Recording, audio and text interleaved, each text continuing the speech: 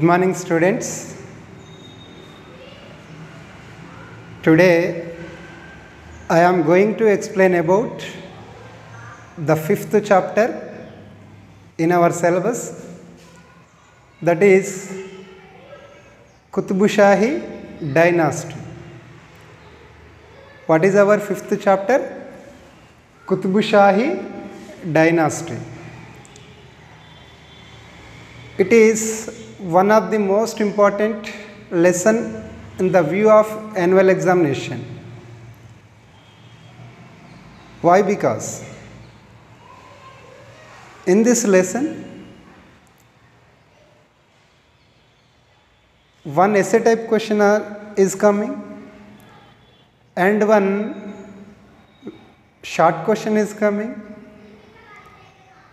and 2 or 3 very short answer questions also came from this lesson. That's why this is one of the most important topic or lesson in the view of annual examination. Okay, students, let it. Qutb Shahi rulers are occupied a key place in the history of Telangana. Why? Because they were Muslim rulers, but they were contribute to lot of culture developments in this region. That's why this time period is occupied an important place in the history of Telangana. Okay, what about the history of Qutb Shahis? Who were Qutb Shahis and when were established their kingdom and what is their capital? And also we will discuss in this class about what are the main sources to the help of us to the study of Qutb Shahi kingdom. Okay, students, put the heading Qutb Shahi dynasty. This Qutb Shahi dynasty was founded in 1518 CE.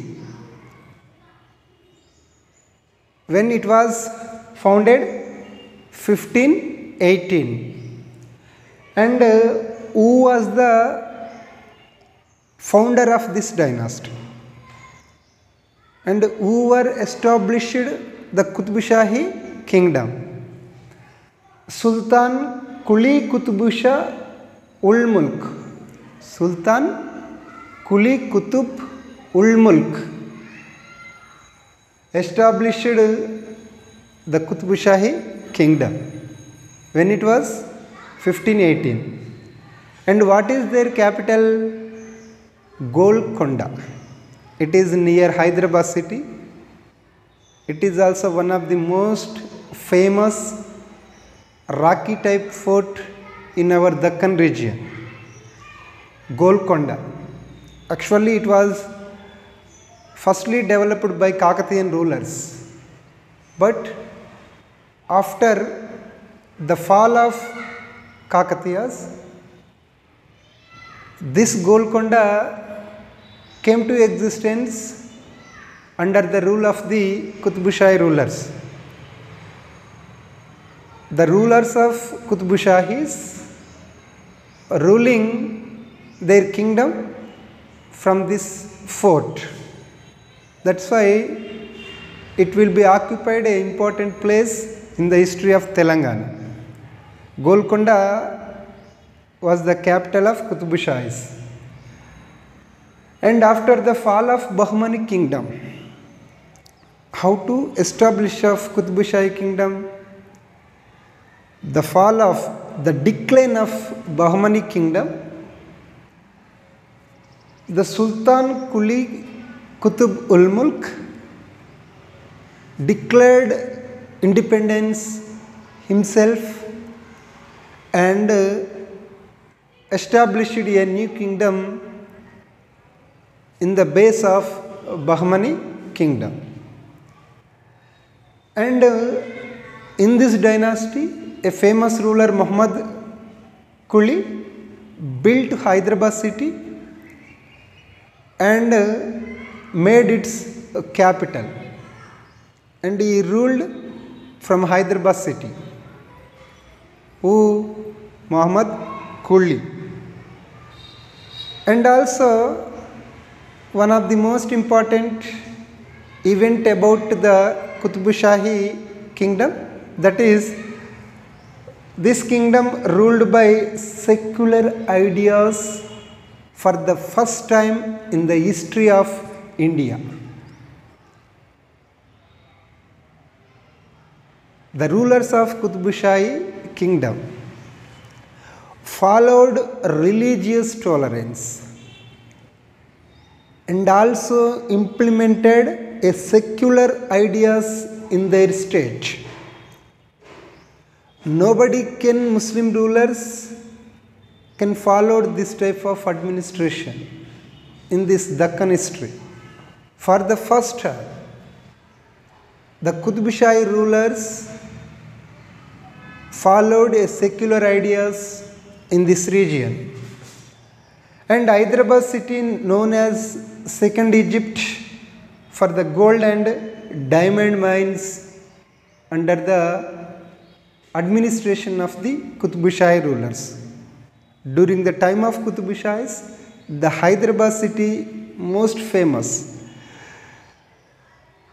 for the jewelry, diamonds and gold. It was known as Second Egypt.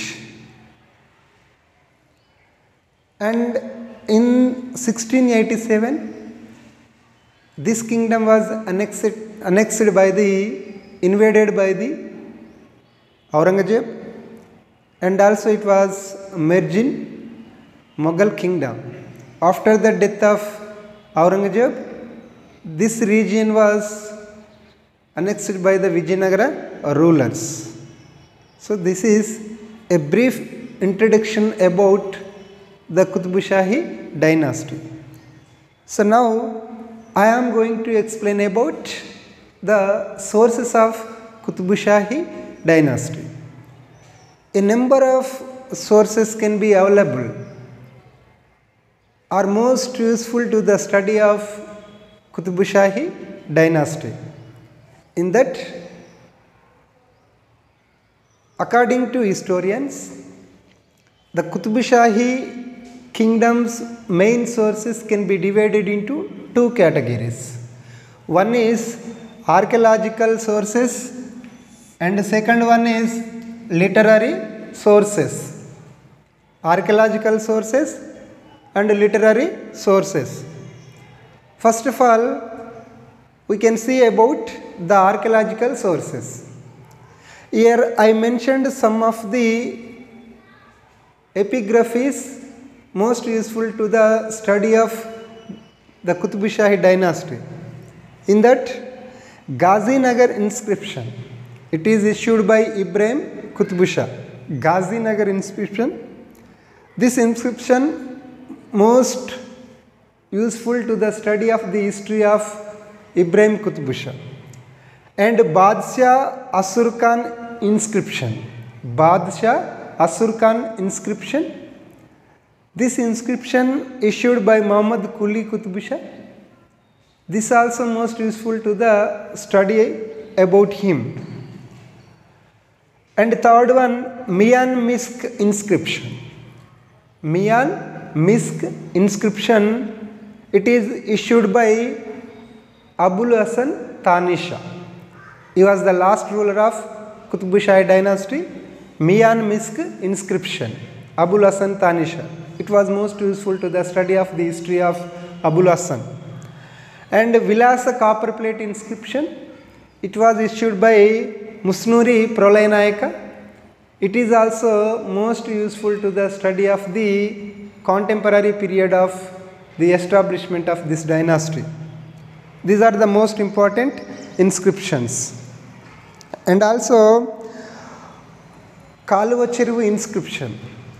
Recently it was excavated by the historians. Kaluva Cheruvu inscription also most useful to the study of this dynasty. And also Polavaram inscription. Polavaram inscription also most useful to the study of the history of Qutb Shahi rulers and also the history of Delhi Sultanate's domination on the Deccan region. So these are the most important epigraphies or inscriptions are most useful to the study of the Qutb Shahi rulers. And second category, coins. Coins also most useful to the study of this dynasty. Why? Because the rulers of this dynasty mint so many type of coins, especially they mint gold and silver coins. These coins are most useful to the study of the economic conditions of this dynasty. Especially these coins mentioned about the economic conditions of the Qutb Shahi rulers. And third category, Qutb Shahi monuments also most useful to the study of the history of Qutb Shahi rulers. Qutb Shahi monuments, these are the most important,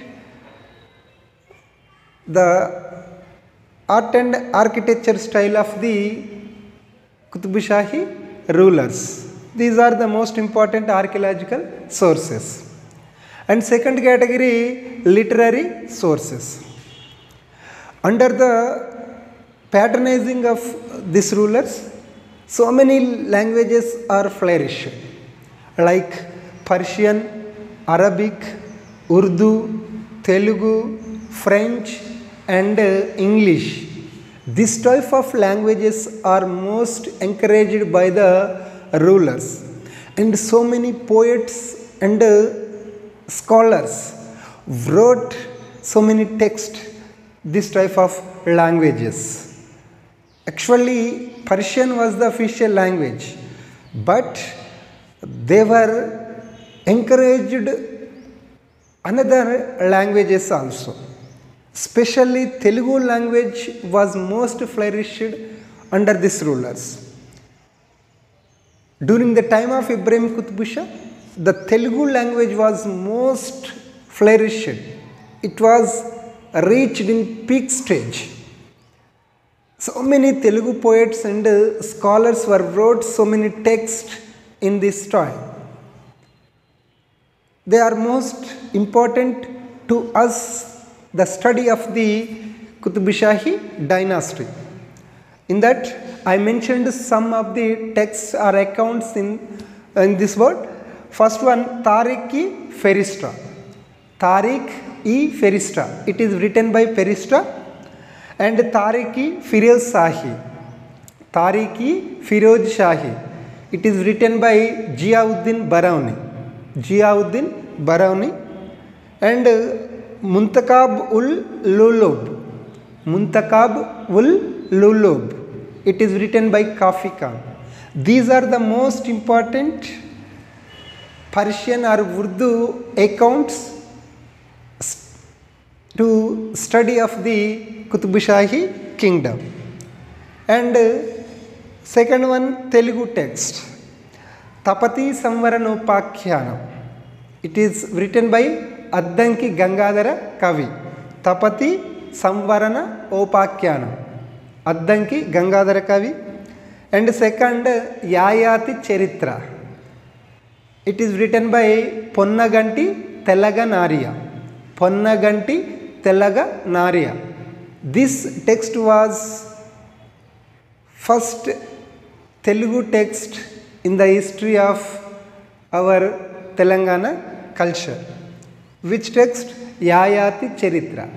It is Atsa Telugu text. Atsa Telugulo రాయబడ్డటువంటి మొట్టమొదటి గ్రంథం యాయాతి చరిత్ర. It is written by Ponnakanti Telaganarya. And Vaijayanti Vilasam. Vaijayanti Vilasam. Sarangu Tammaya. It is written by Sarangu Tammaya. And Dasharathi Shatakam. Dasharathi Shatakam, it is written by Kancharla Gopanna. Kancharla Gopanna. And Sugriva Vijayam. Sugriva Vijayam is written by Kandukuri Rudrakavi. And Tavernier Bernier Theunat. This type of foreign travelers wrote so many texts, whatever they seeing here. So, and this type of text are most indicate about the contemporary conditions of the social, economic and culture, art and architecture of Qutb Shahi rulers. So, this is a brief information about the introduction and the sources of the Qutb Shahi kingdom. Tomorrow we shall discuss about the political history of Qutb Shahi dynasty.